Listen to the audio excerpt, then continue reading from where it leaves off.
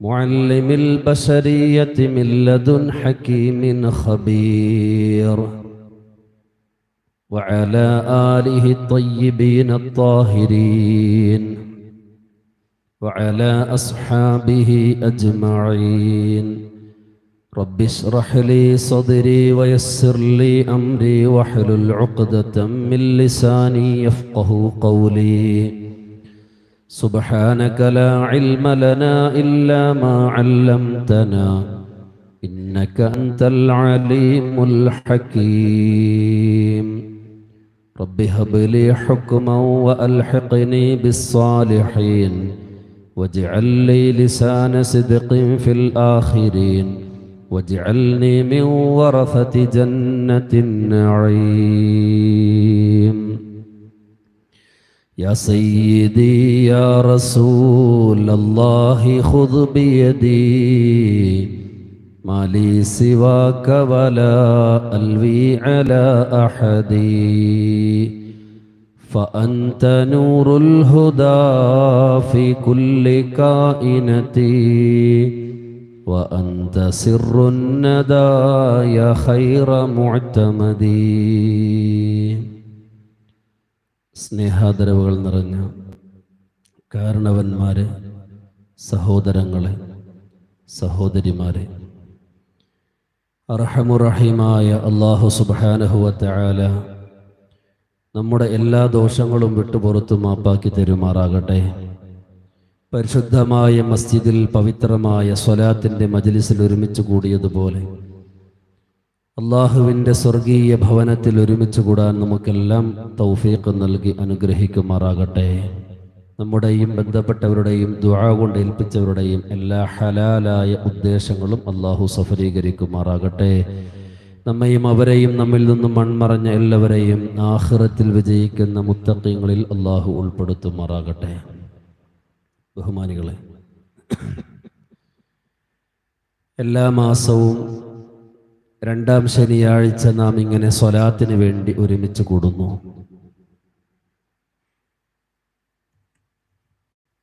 അല്ലാഹു സുബ്ഹാനഹു വ തആല മുഅ്മിനീങ്ങൾക്ക് നൽകിയ വിജയത്തിൻ്റെയും രക്ഷയുടെയും മാർഗം നാം അവലംബിക്കുന്നു എന്നതാണ്. ഈ ഒരുമിച്ചു കൂടലിൻ്റെ പ്രാധാന്യം എന്താണ്? അല്ലാഹു സുബ്ഹാനഹു വ തആല നമുക്ക് നൽകിയ അവസരത്തെ നാം ഉപയോഗപ്പെടുത്തുന്നു എന്നതാണ്.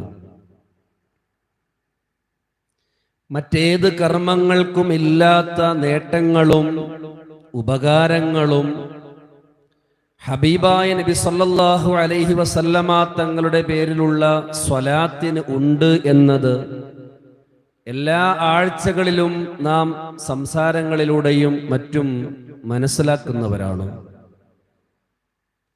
എല്ലാത്തിനും പറ്റുന്ന അമല് ഏതാണ് എന്ന ചോദ്യത്തിന് സ്വലാത്ത് എന്നതാണ് മറുപടി. ദോഷം പൊറുക്കുന്നുണ്ട്, പദവികൾ ഉയരുന്നുണ്ട്, അതുപോലെ തന്നെ ഒരുപാട് നന്മകൾ എഴുതുന്നുണ്ട്. ഇതൊക്കെയാണല്ലോ അമല് കൊണ്ട് നാം ഉദ്ദേശിക്കുന്നത്. സൽക്കർമ്മങ്ങൾ കൊണ്ട് നാം എന്താണ് ഉദ്ദേശിക്കുന്നത്? നമ്മുടെ നന്മയുടെ ഏടിൽ നന്മകൾ വർദ്ധിക്കണം, അതാണ്. മറ്റൊന്ന്, തിന്മകൾ നമ്മിൽ നിന്നും മായ്ക്കപ്പെടണം, പദവികൾ ഉയരണം, മാനസികമായ വിഷമങ്ങൾ ഇല്ലാതെയാകണം. ഇതെല്ലാം കിട്ടുന്ന കർമ്മം സ്വലാത്താണ് എന്ന് വിവിധങ്ങളായ ഹദീസുകളിലൂടെ നാം മനസ്സിലാക്കിയിട്ടുണ്ട്. പോരാ, സ്വലാത്തിലൂടെ ഇതൊക്കെ കിട്ടുന്നതിനോടൊപ്പം തന്നെ അള്ളാഹുവിൻ്റെ മലായിക്കത്തുകളുടെ സ്വലാത്ത് നമുക്ക് കിട്ടുന്നു, പ്രാർത്ഥന നമുക്ക് കിട്ടുന്നു. അല്ലാഹു സുബ്ഹാനഹു വ തആലയുടെയും സ്വലാത്ത് നമുക്ക് കിട്ടുന്നു. മൻ സല്ല അലയ്യ സ്വലാത്തൻ വാഹിദ, ഒരു സ്വലാത്ത് എൻ്റെ മേൽ ചൊല്ലിക്കഴിഞ്ഞാൽ സല്ലല്ലാഹു അലൈഹി ബിഹാ അശ്റാ, അവന്റെ മേൽ ആ കാരണം കൊണ്ട്, ഒരു സ്വലാത്ത് കാരണം 10 സ്വലാത്ത് അല്ലാഹു സുബ്ഹാനഹു വ തആല ചൊല്ലുന്നു. മറ്റൊരു കർമ്മത്തിലും ഇല്ലാത്ത നേട്ടമാണത്. നന്മകൾ കിട്ടുന്നു, ദോഷങ്ങൾ പൊറുക്കപ്പെടുന്നു, പദവികൾ ഉയരുന്നു.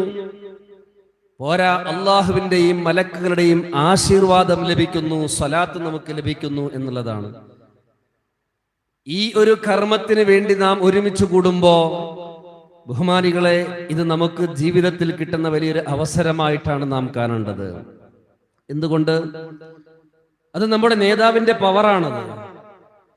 ഹബീബായ നബി സല്ലല്ലാഹു അലൈഹി വസല്ലമ തങ്ങളുടെ പവറാണ്. അല്ലാഹു സുബ്ഹാനഹു വ തആല ആദ്യമായി സൃഷ്ടിച്ചത് എന്താണ്?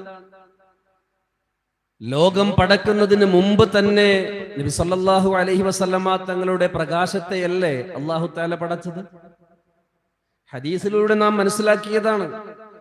മങ്കൂസ് മൗലിദ് പാരായണം ചെയ്യുമ്പോൾ തുടക്കത്തിൽ തന്നെ നാം അത് പറയുന്നുണ്ട്. وأوجد نوره قبل خلق العالم فسماه محمدا. وأوجد نوره, ഹബീബായ തങ്ങളുടെ പ്രകാശത്തെയാണ് നാം ആദ്യമായി പടച്ചത്. ഖബല ഖൽഖിൽ ആലം, ലോകം പടക്കുന്നതിന് മുമ്പ് തന്നെ. ഫസമ്മാഹു മുഹമ്മദാ, അന്ന് തന്നെ നാം ആ നൂറാനിയത്തിന്, പ്രകാശത്തിന് പേര് വെക്കുകയും ചെയ്തു. മുഹമ്മദ, മുഹമ്മദ് എന്ന് പേര് വെക്കുകയും ചെയ്തു. ബഹുമാനികളെ, ഇത് മങ്കൂസ് മൗലിദിൽ പറഞ്ഞതല്ലേ ഉസ്താദെ എന്നാണ് നമ്മുടെ സംശയം. അവിടെയാണ് വിശുദ്ധ ഖുർആൻ ശരീഫിൽ നമുക്കതിന് സൂചന നൽകിയിട്ടില്ലേ? അല്ലാഹു സുബ്ഹാനഹു വ തആല പറഞ്ഞത് ബിസ്മില്ലാഹിർ റഹ്മാനിർ റഹീം. وَإِذْ أَخَذْنَا مِنَ النَّبِيِّينَ مِيثَاقَهُمْ وَمِنْكَ وَمِنْ نُوحٍ وَإِبْرَاهِيمَ وَمُوسَى وَعِيسَى ابْنِ مَرْيَمَ. അല്ലാഹു സുബ്ഹാനഹു വ തആല സൂറത്തുൽ അംബിയായിലൂടെ നമ്മെ പഠിപ്പിക്കുകയാണ്. وَإِذْ أَخَذْنَا مِنَ النَّبِيِّينَ مِيثَاقَهُمْ, എല്ലാ നബിമാരിൽ നിന്നും നാം മീസാഖിനെ സ്വീകരിച്ച സമയം, കരാറിനെ സ്വീകരിച്ച സമയം. എന്തായിരുന്നു നബിമാരുടെ കരാർ? അള്ളാഹുവിന് വേണ്ടി ആരാധന കർമ്മങ്ങൾ അനുഷ്ഠിക്കും എന്നതിനോടൊപ്പം തന്നെ അല്ലാഹു തആല നമ്മളിലേക്ക് ഏൽപ്പിക്കുന്ന കാര്യം സമുദായത്തിലേക്ക് എത്തിച്ചു കൊടുക്കും എന്നതാണ് കരാറ്. ഇതാണ് അംബിയാ മുർസലുകളുടെ കരാർ. അല്ലാഹു തആല പറയുന്നു, വഇദ് അഖദ്നാ മിനൻ നബിയ്യീന മീസാഖഹും, കരാറിനെ നാം സ്വീകരിച്ചു. ആരിൽ നിന്നെല്ലാം? വമിൻക, അങ്ങയിൽ നിന്നും. വമിൻ നൂഹ്, നൂഹ് നബി അലൈഹിസ്സലാമിൽ നിന്നും. വഇബ്രാഹിം, ഇബ്രാഹിം നബി അലൈഹിസ്സലാമിൽ നിന്നും. വമൂസ, മൂസ നബി അലൈഹിസ്സലാമിൽ നിന്നും. വഈസ ഇബ്നു മറിയമ, മറിയമിന്റെ പുത്രനാകുന്ന ഈസ നബി അലൈഹിസ്സലാമിൽ നിന്നും. അല്ലാഹു സുബ്ഹാനഹു വ തആല ഈ ആയത്തിലൂടെ പറഞ്ഞു തരുന്ന ഒരു ഘടനയുണ്ട്. എന്താണത്? നബിമാരിൽ നിന്നും ഞാൻ മീസാഖിനെ എടുത്തു, ഉടമ്പടിയെ എടുത്തു. എന്നിട്ട് പറഞ്ഞത് മിൻക, അങ്ങയിൽ നിന്നും. പിന്നെ പറഞ്ഞു മിൻ നൂഹ്, നൂഹ് നബി അലൈഹിസ്സലാമിൽ നിന്നും. തർത്തീബ് അനുസരിച്ചാണ് പറയുന്നത്. ആദ്യം വന്നത് നൂഹ് നബി അലൈഹിസ്സലാമാണ്, ശേഷം വന്നതാണ് ഇബ്രാഹിം നബി അലൈഹിസ്സലാം, അതിനുശേഷമാണ് മൂസ നബി അലൈഹിസ്സലാം, പിന്നെയാണ് ഈസ നബി അലൈഹിസ്സലാം. ഈസ നബി അലൈഹിസ്സലാമിനു ശേഷമാണ് ആര് വന്നേക്കുന്നത്? നമ്മുടെ നബി സല്ലല്ലാഹു അലൈഹി വസല്ലമ തങ്ങൾ വന്നത്. പക്ഷേ അല്ലാഹു സുബ്ഹാനഹു വ തആല ഇവിടെ ആദ്യം പറഞ്ഞത് ആരെയാണ്? മിൻക, അങ്ങയിൽ നിന്നും. അങ്ങയിൽ നിന്ന് എടുത്തിട്ടാണ് ബാക്കിയുള്ളവരിൽ നിന്നൊക്കെ എടുത്തേക്കുന്നത്. ഇവിടെ എന്താ അല്ലാഹു തആലക്ക് ഓർഡർ തെറ്റിപ്പോയോ? ശരിയല്ലല്ലോ, പറഞ്ഞത് ഇപ്പൊ ശരിയായിട്ടില്ലല്ലോ. ഈസാ നബിക്ക് ശേഷമല്ലേ നബി തങ്ങളെ കുറിച്ച് പറയേണ്ടത്? അള്ളാഹ്ക്ക് തെറ്റുപറ്റിയതാണോ? അല്ലല്ലോ, അല്ലാഹു തആലക്ക് തെറ്റുപറ്റിയതല്ല. അല്ലാഹു തആല പറഞ്ഞേക്കുന്ന ഓർഡർ കൃത്യമാണ്. അതുകൊണ്ടല്ലേ ഈ ആയത്തിനെ വിശദീകരിച്ചുകൊണ്ട് മഹാനായ ഇബ്നു കസീർ റഹ്മത്തുള്ളാഹി അലൈഹി നമുക്ക് പഠിപ്പിച്ചു തന്നത് കുന്തു അവ്വലൻ നബിയ്യീന ഫിൽ ഖൽഖ, സൃഷ്ടിപ്പിൽ നബിമാരിൽ ആദ്യത്തെ ആൾ ഞാൻ തന്നെയാണ്. വആഖിറുഹും ഫിൽ ബഅസി, നിയോഗത്തിൽ ഞാനാണ് അവസാനത്തെ പ്രവാചകൻ, സൃഷ്ടിപ്പിൽ ഞാനാണ് ആദ്യത്തെ പ്രവാചകൻ. ഈ ആയത്തിനെ വിശദീകരിച്ചുകൊണ്ട് ഇബ്നു കസീർ റഹ്മത്തുള്ളാഹി അലൈഹി പഠിപ്പിച്ചു തന്നതാണ്. മങ്കൂസ് മൗലിദി എന്ന് കേട്ടതല്ലാന്ന്. മങ്കൂസ് മൗലിദ് എന്ന് കേൾക്കും എന്ന് പറയുമ്പോഴല്ലേ നമുക്കൊരു വിഷമമുള്ളൂ. അല്ല, ഇത് മഹാന്മാരായ മുഫസ്സിറുകൾ നമുക്ക് പഠിപ്പിച്ചു തന്നേക്കുന്ന യാഥാർത്ഥ്യമാണ്. ആദ്യമായി അല്ലാഹു തആല പടച്ചത് നമ്മുടെ നേതാവിന്റെ നൂറാനീയത്തിനെയാണ്. ഒരിക്കൽ ജിബ്രീൽ അലൈഹിസ്സലാമിനോട് നബി സല്ലല്ലാഹു അലൈഹി വസല്ലമ തങ്ങൾ ചോദിച്ചു, കം ഉംറുക യാ ജിബ്രീൽ അലൈഹിസ്സലാം, ഓ ജിബ്രീലെ അങ്ങയുടെ വയസ്സ് എത്രയാ? ജിബ്രീൽ അലൈഹിസ്സലാമിന്റെ വയസ്സേ കേട്ടിട്ടുണ്ടോ? ജിബ്രീൽ അലൈഹിസ്സലാമിന്റെ വയസ്സ് എത്രയെന്ന് കേട്ടിട്ടില്ല, പറഞ്ഞുതരാം. ജിബ്രീൽ അലൈഹിസ്സലാമിന്റെ വയസ്സ് എത്രയെന്ന് ജിബ്രീൽ അലൈഹിസ്സലാമിനോട് നബി സല്ലല്ലാഹു അലൈഹി വസല്ലമ തങ്ങൾ ചോദിച്ചപ്പോ ജിബ്രീൽ അലൈഹിസ്സലാം പറഞ്ഞ മറുപടി ലാ അഅരിഫു, എന്റെ വയസ്സ് എത്രയെന്ന് എനിക്കറിയില്ല, പക്ഷെ ചില അടയാളങ്ങൾ എനിക്കറിയാം. അപ്പൊ നബി സല്ലല്ലാഹു അലൈഹി വസല്ലമ തങ്ങൾ ചോദിച്ചു, അതെന്താ ജിബ്രീലെ അടയാളം എന്ന് പറഞ്ഞത്? ജിബ്രീൽ അലൈഹിസ്സലാം പറയുകയാണ്, നബിയെ, അർശിന്റെ താഴെ ഒരു നക്ഷത്രം ഉദിക്കും. 70,000 വർഷം കൂടുമ്പോഴാണ് ആ നക്ഷത്രം ഉദിക്കുന്നത്.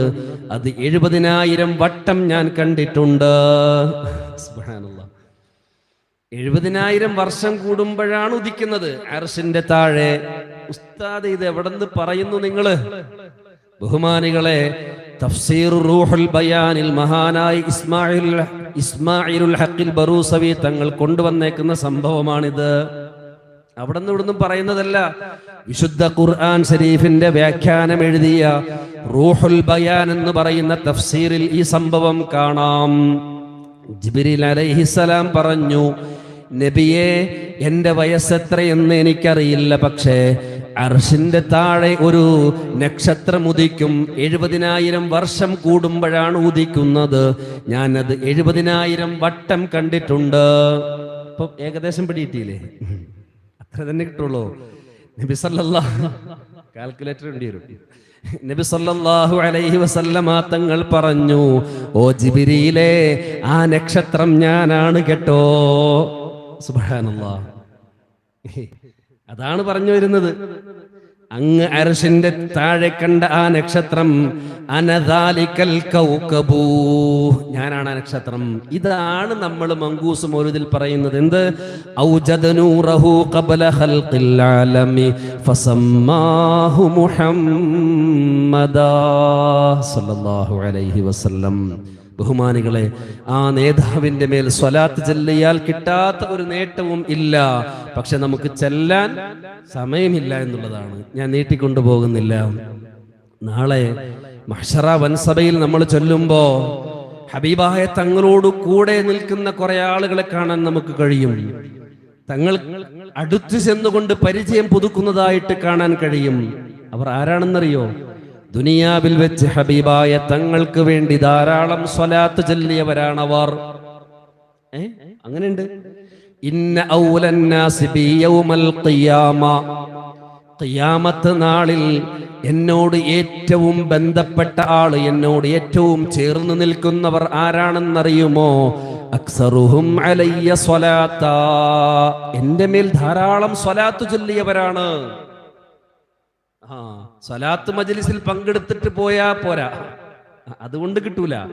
പിന്നെയോ, ഇതല്ലാത്ത സമയത്തും നാം സ്വലാത്ത് ചൊല്ലാൻ, സ്വലാത്തിനെ കൂടെ കൂട്ടാൻ നാം തയ്യാറായി കഴിഞ്ഞാൽ മഹ്ശറ വൻസഭയിൽ നമ്മൾ ചൊല്ലുന്ന സമയത്ത് നമ്മെ പരിചയപ്പെടും. ആര്? നമ്മുടെ നേതാവ്. അതിലും വലിയ നേട്ടം വേറെന്താ?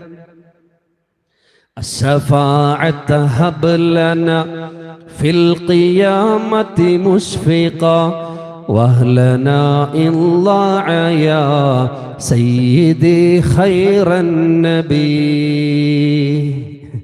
നമ്മൾ പറയുന്നതല്ലേ الشفاعة هب لنا, ശഫാഅത്ത് ഞങ്ങൾക്ക് തരണമേ. വാഹ്ലനാ الله يا, അത് കിട്ടാതെ പോയാൽ, നഷ്ടപ്പെട്ടു പോയാൽ നമുക്കുള്ള നഷ്ടം എത്രമാത്രമാണ്, തീരാ നഷ്ടമാണല്ലോ എന്നാ നമ്മളെ പറയണത്. പറഞ്ഞു പോയാൽ മതിയോ? പോരല്ലോ, അത് കിട്ടുന്നതിനുള്ള മാർഗങ്ങളും നാം തേടേണ്ടതല്ലേ? സമയം നാം സ്വലാത്ത് ഹബീബായ തങ്ങൾ നമുക്ക് പരിചയപ്പെടുന്നതാണ്. ഒരുപാട് ആളുകൾ കൂടി നിൽക്കുന്ന സമയത്ത് ഏറ്റവും പ്രധാനപ്പെട്ട ഒരാൾ വന്നുകൊണ്ട് നമ്മളോട് പരിചയം പുതുക്കിയാൽ നമുക്കുണ്ടാകുന്ന സന്തോഷം എത്രയാ! ഒരു വലിയ മൈതാനത്തിൽ നമ്മൾ കൂടിയിരിക്കുകയാണ്. ആ മൈതാനത്തിൽ ഏറ്റവും പ്രധാനപ്പെട്ട ഒരു വ്യക്തി വന്നുകൊണ്ട് എന്താണ്, സുഖല്ലേ എന്ന് വന്ന് ചോദിച്ചാൽ നമുക്ക് കിട്ടുന്ന സന്തോഷം എത്രയാ! മഹ്ശറ വൻസഭയിൽ നമ്മളോട് വന്നുകൊണ്ട് പരിചയം പുതുക്കുന്നതാരാണ്? ഹബീബായ നബി സല്ലല്ലാഹു അലൈഹി വസല്ലമ തങ്ങളാണ്.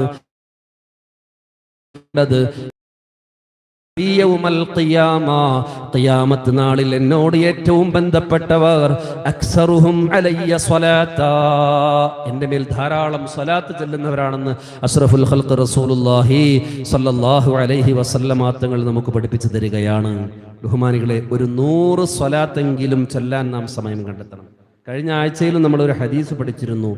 മൻ സല്ല അലയ്യ മിഅത മറ, ആരെങ്കിലും എൻ്റെ മേൽ 100 സ്വലാത്ത് ചൊല്ലിക്കഴിഞ്ഞാൽ ഖളല്ലാഹു ലഹു മിഅത ഹാജ, അല്ലാഹു തആല അവന്റെ 100 ആവശ്യങ്ങൾ വീട്ടി കൊടുക്കുന്നതാണെന്നാണ്. 100 സ്വലാത്ത് എൻ്റെ മേൽ ചൊല്ലിക്കഴിഞ്ഞാൽ 100 ആവശ്യങ്ങൾ അവർക്ക് വീട്ടി കൊടുക്കുന്നതാണെന്ന. സബഈന മിൻഹാ ഫിൽ ആഖിറ, അതിൽ 70 ആവശ്യങ്ങളും പരലോകത്തെയാണ്. സലാസീന മിൻഹാ ഫിദ് ദുനിയ, 30 ആവശ്യങ്ങൾ ദുനിയാവിലെയുമാണ്. 100 സ്വലാത്ത് ചെല്ലാൻ എത്ര സമയം വേണം? പക്ഷെ നമ്മളെ കൊണ്ട് കഴിയണ്ടേ?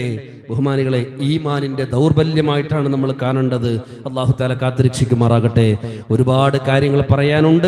എല്ലാ മാസവും നമ്മളിങ്ങനെ ഒരുമിച്ച് കൂടുന്നതായതുകൊണ്ട് ബാക്കിയുള്ള വിഷയങ്ങൾ അടുത്ത ആഴ്ചയിൽ നമുക്ക് സൂചിപ്പിക്കാം. അല്ലാഹു സുബ്ഹാനഹു വ തആല നമ്മുടെ ഈ ഇരുത്തവും നമ്മുടെ സ്വലാത്തും എല്ലാം പൊരുത്തപ്പെട്ട അമലായി അള്ളാഹുവിന്റെ മലായിക്കത്തുകൾ നമ്മളിൽ നിന്ന് സന്ദർശിക്കുകയും അള്ളാഹുവിലേക്ക് റിപ്പോർട്ട് കൊടുക്കുകയും ചെയ്യുന്ന സുന്ദരമായ സദസ്സായി കബൂൽ ചെയ്യുമാറാകട്ടെ. വആഖിറു ദഅവതി അൽഹംദുലില്ലാഹി റബ്ബിൽ ആലമീൻ.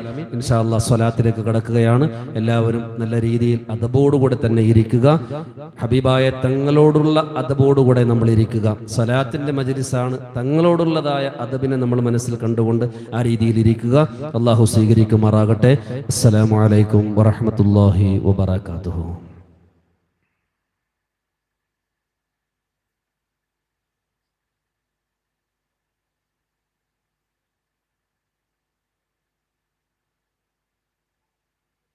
ഒരു ഹൽക്കയായിട്ട് ഇരിക്കുകയാണെങ്കിൽ കുറച്ചും കൂടി റാഹത്തായിരിക്കില്ല അല്ലെ?